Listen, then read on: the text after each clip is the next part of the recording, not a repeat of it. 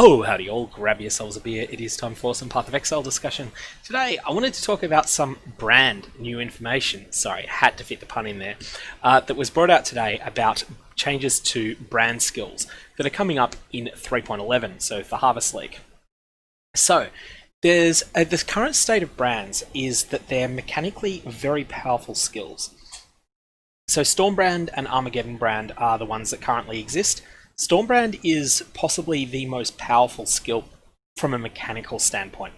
However, it's held back by its bad damage numbers. Armageddon Brand is mechanically weaker, but is still pretty strong. Then the poor damage numbers on Storm Brand are more than made up for by its ridiculously broken synergy with Archmage support. At the moment, in 3.10, Archmage support and Storm Brand together form one of the most powerful builds that the game has ever seen in terms of just dishing out damage. It's overshadowed by the Purposeful Harbinger abuse cases, but it is still a ridiculously powerful build. However, that's being changed. Now, previously I'd advocated a nerf to Archmage support. That's not what's happening. Instead, we're seeing mechanical nerfs to brand skills in general. You'll still be able to use Archmage support with brands. This will be clunkier. Now, because of how busted this interaction between Archmage support and brand skills is, brands are basically going to have to be balanced around the assumption that they will always be used with Archmage. So if you're planning a character that's going to be based around brands, you're probably going to find that you absolutely must play with Archmage support as well. That's just because even with the changes that are being made, brands will be able to deal more damage per spell cast, so more instances of damage per spell cast than pretty much anything else, and therefore gain the most benefit from Archmage support. Anyway, let's talk about the changes that are happening in detail. So, firstly, there are a few new brand skills being added. These aren't the big changes, but actually, let's have a look at the response that's come out, because this article was posted on GGG's website, and it didn't receive the best response on Reddit. The most popular response that's been upvoted a lot was, "Oof, wow, that's a big hit," talking about one of the nerfs that's happening. And then this sounds terrible and makes me not want to play brands at all. Now, Reddit is definitely known for often overreacting to nerfs and saying that, you know, the sky was falling when Purposeful Harbinger had its it was hit over the head with a nerf bat in the middle of 3.10, but even then the build that emerged afterwards was still so broken that it was more powerful than any build that had existed in the previous entire history of Path of Exile before 3.10. So people acted like the sky was falling then. However, this time they may have a point. So let's talk about the new gems. Arcanist Brand is a new support gem. It's a brand gem that is going to support any triggerable spell linked to it, and each time the brand activates, it triggers a supported spell. This allows you to build your own brand, potentially triggering multiple different spells in succession. As brand mechanics naturally have great clearing capacity, the supported skills have less area, less projectile range, and less chain range. Triggered spells have a damage penalty to balance their ability to activate multiple times. The triggered spells also deal more damage to the branded enemy. So essentially, here you are creating a curse area on the ground, essentially, that if an enemy walks into it, the brand attaches to them, so they become cursed, and then the brand starts casting the spell on them repeatedly. You'll see some video footage of Fireball with less multiple projectiles being used, and you'll also see some footage of it being used in conjunction with Shock Nova. I'm not sure that these are the best skills to use with it. Fireball seems okay if you're scaling the hit part of Fireball, but I think when we mess around a bit, we may find some better use cases than that. Now, projectiles will hit the branded enemy, but will aim at another nearby enemy each activation, so they often take advantage of pierce, chain, and fork effects. There's also a little bit of clarification from Mark, who's one of the Grinding Gear Games employees who knows the most about inner workings of various mechanical interactions. And if you have Fireball and less multiple projectiles without pierce, and you'll see this in the video, GGG video later, that the branded fireball will only one of the 3 projectiles will be consumed. Only one of the 3 will hit the target of the brand. And that one will explode, but then the other 2 projectiles will travel off to explode somewhere else. Okay, so Arcanist Brand has a shorter duration than other brands, so it's not something you're going to use on any build to passively trigger effects. But when building for brands, it can be very powerful. Like other brands, cast speed affects activation rate, so it benefits from most spellcaster investment. So here what you're going to want to do is build a character that has standard spellcaster scaling, but that also factors in some degree of brand attachment range, which is still going to be a powerful spell, still going to be a powerful stat despite some changes that are happening in 3.11 that we'll get to later when we start talking about the nerfs. And additionally, you're going to want to emphasize cast speed considerably. I think Arcanist Brand has some interesting potential. My gut reaction, however, is not going to be to build around Arcanist Brand as a primary way of casting spells.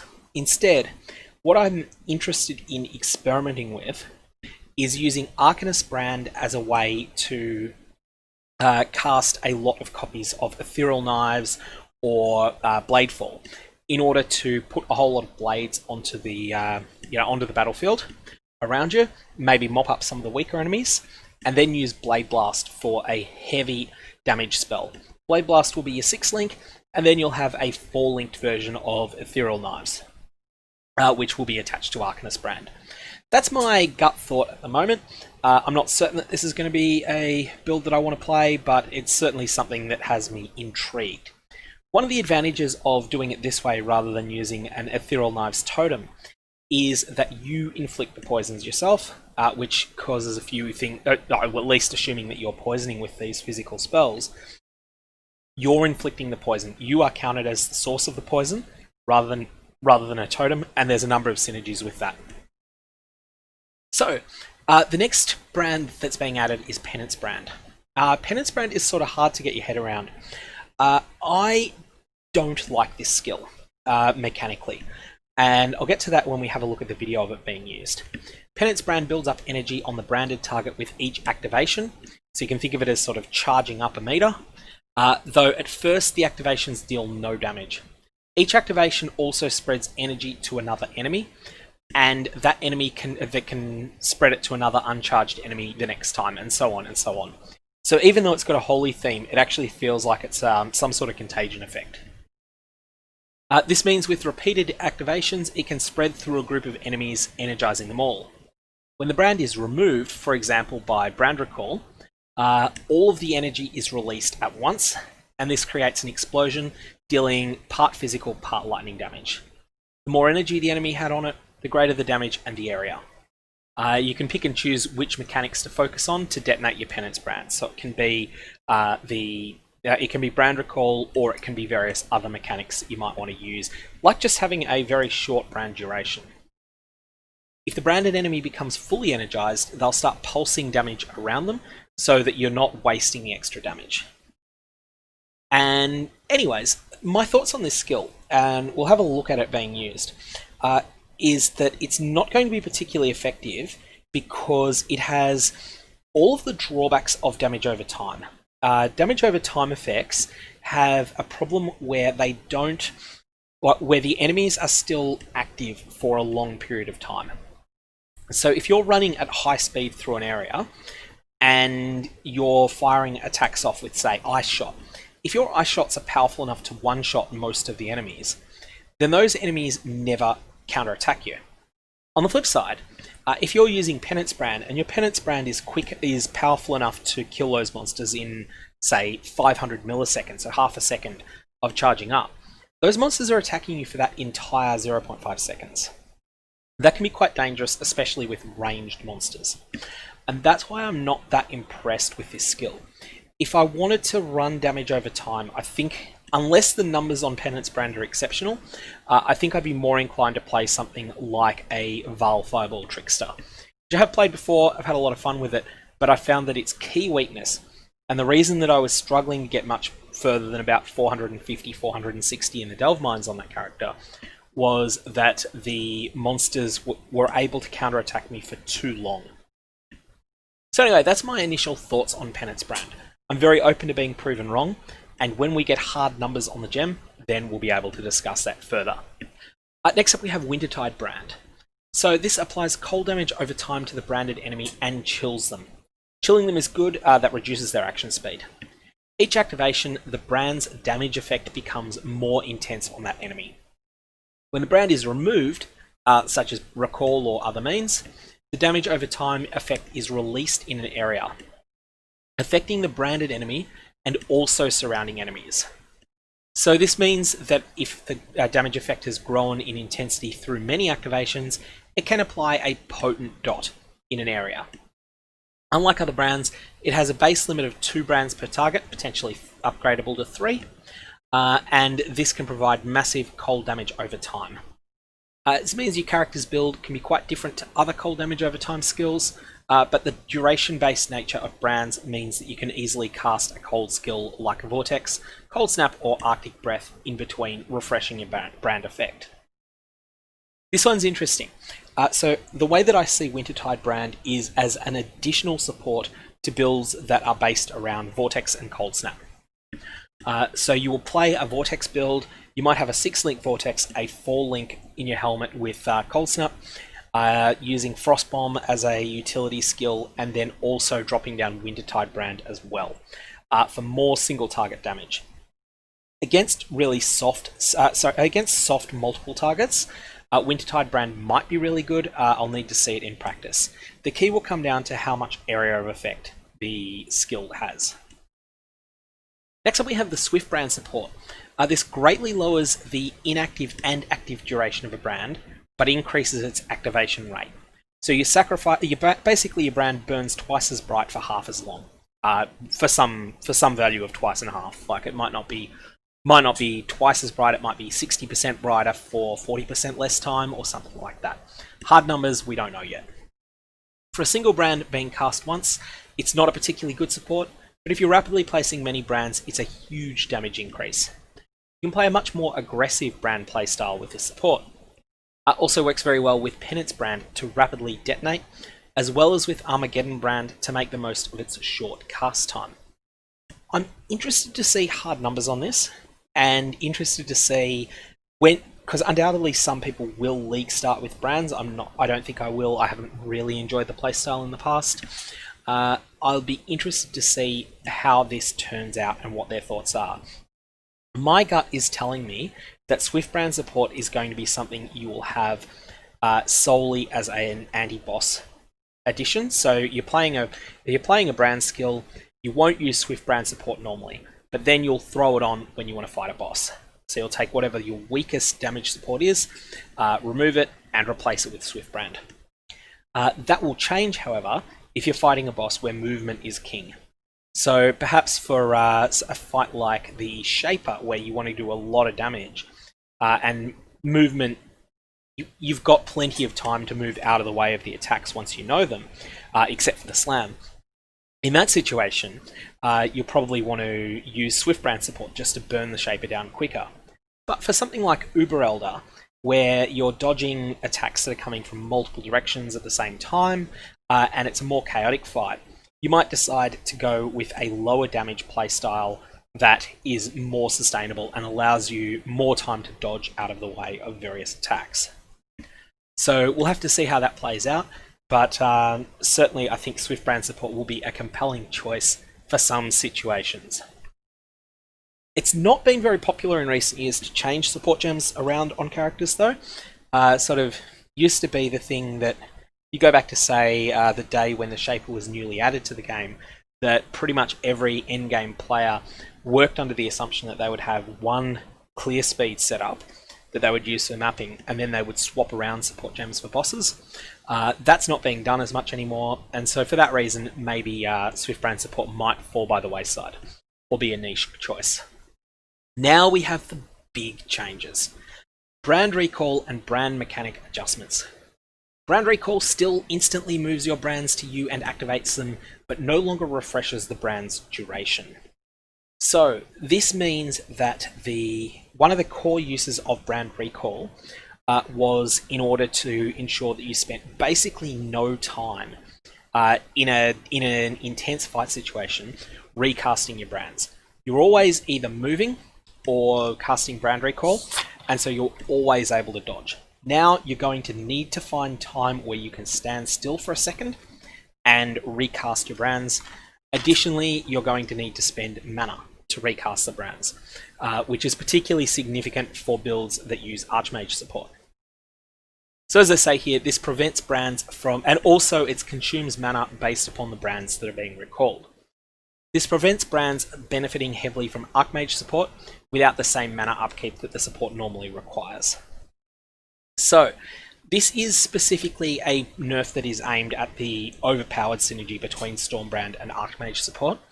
It's probably not the one that I would have gone with, but I think it's something that's got some potential anyway. We generally feel that if a build has ongoing damage with very little input, it should deal below average damage or require massive investment. I think that's right.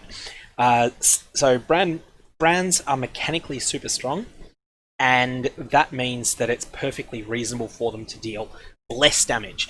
And they can feel as strong as, say, a build like Blade Flurry that deals a lot of damage. You can't maintain full uptime on attacking with Blade Flurry against any dangerous boss. You're constantly dodging out of their skills. On the flip side, with something like Fireball Ignite or Bleed Gladiator or a Brand build, once you make your initial attacks, you deal full DPS to the boss for a protracted period, and you can focus entirely on dodging their skills. And so I think it's perfectly fair that a skill like Blade Flurry should have a much higher damage ceiling than one like a Brand. And so here there's some talk that certain brands builds that instantly refresh brand duration indefinitely provided too much power for their opportunity cost. I do agree with that. Rather than lowering the damage of these builds, we've changed the mechanics that let the build be played passively. The cooldown of brand recall has been lengthened, but we've also provided new avenues of investment so that you can bring it down to a similar length. So brand recall by default will be worse than it used to be. But here is the massive change. So all of these paragraphs I think is perfectly reasonable. Here's the big one though, this is not a small change. As a small change to remove some of the potential passivity of brands now return to their original or recalled location when dropped by monsters, rather than the dropped monster's location. This puts a greater focus on brand attachment range and prevents the brand from disappearing into the distance while killing monsters you've yet to see. So, brands passively off-screen, much like Mirage Archer. If you've ever played a build that runs Mirage Archer, you'd be aware that there are monsters that you don't even see that your Mirage Archer just kills. Before you see them, before you know they're there, it just goes, yep, ping, and suddenly the monster just dies. Especially if you get to the point that your Mirage Archer is capable of one-shotting lots of trash. Brands could do this, but they could do it in multiple directions at once. And I think that was one of the things that was really ridiculous about them. So what's changing here is that if you've got, say, a brand that's in the top left corner of your screen and another one in the bottom right corner of the screen, and they start killing monsters off, unless you have deliberately placed them in those locations, then they will return to somewhere else, probably somewhere not very useful, when the monster that they're currently killing is actually dead. So this is going to create a situation where these brand skills are going to be considerably less powerful when you're not using them in conjunction with brand recall. And with brand recall pulls them to you. It pulls them to your feet. And that means that brand recall involves putting yourself in some degree of danger. So all of this is going to mean that you are going to have to be more active in controlling your brands. Anyways, with all of that in mind, let's have a look at GGG's video on the brand changes and watch what's going on, and I'll pause it and give some commentary as we go. So this is Pennants Brand, And you can see there the monsters last quite some time before the brand recall killed them. So jumping back again, let's go just a little bit further than that. And so at the moment it's all charging up. It's like a contagion effect spreading through. And then boom. Actually kind of curious whether this was originally conceived of as a chaos damage skill, and then just as a matter of sensitivity with current world events and the coronavirus, that they thought, oh well, let's not do that. Let's instead have it be a totally different theme.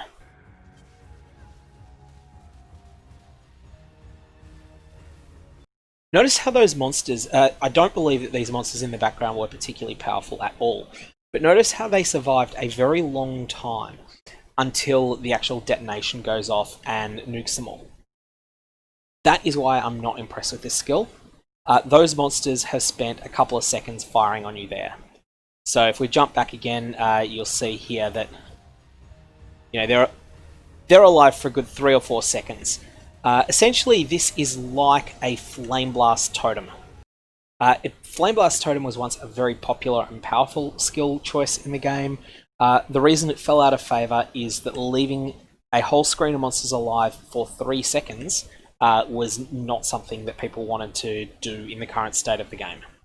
Monsters are simply too dangerous to let live that long.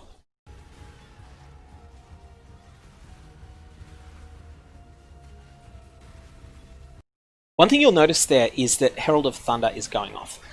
That is something that is a bit unique to brands compared to, say, a spell totem. If this was a spell totem that was dealing physical/lightning damage, then that would not trigger Herald of Thunder.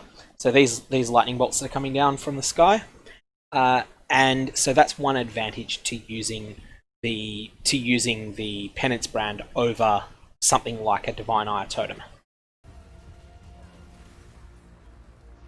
Here's Armageddon Brand. Again, there's just too much delay. You'll notice there that it's like this blue pack have taken something like a second or two to kill. That's, again, it's too long.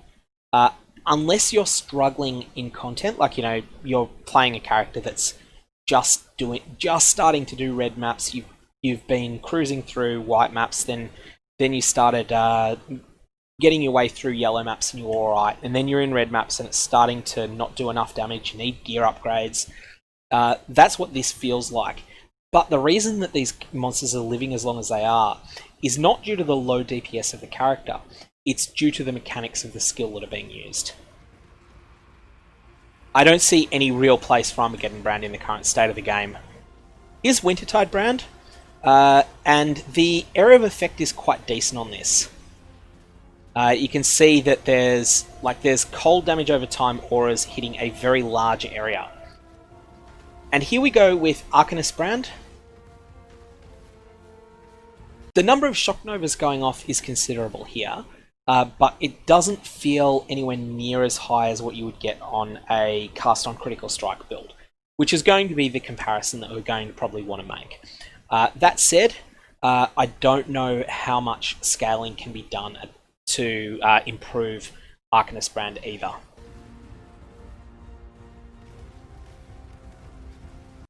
Now here we've got Arcanist Brand and Fireball. This is using less multiple projectiles, which you will notice if you pay close attention. And there's when they go off, 2 will fire off because 1 will hit the target. Oh no, it's greater multiple projectiles, my bad. So those are the new brand skills. I gotta say, I'm not a huge fan of brands myself, so maybe these will appeal to people that like them. I have found that they are too passive for my playstyle, and if I wanted to play a more passive build, Fireball Ignite Proliferation just has felt better to me in the past. However, I don't think people should be terrified by the fact that they're looking to be weaker than they were in 3.10.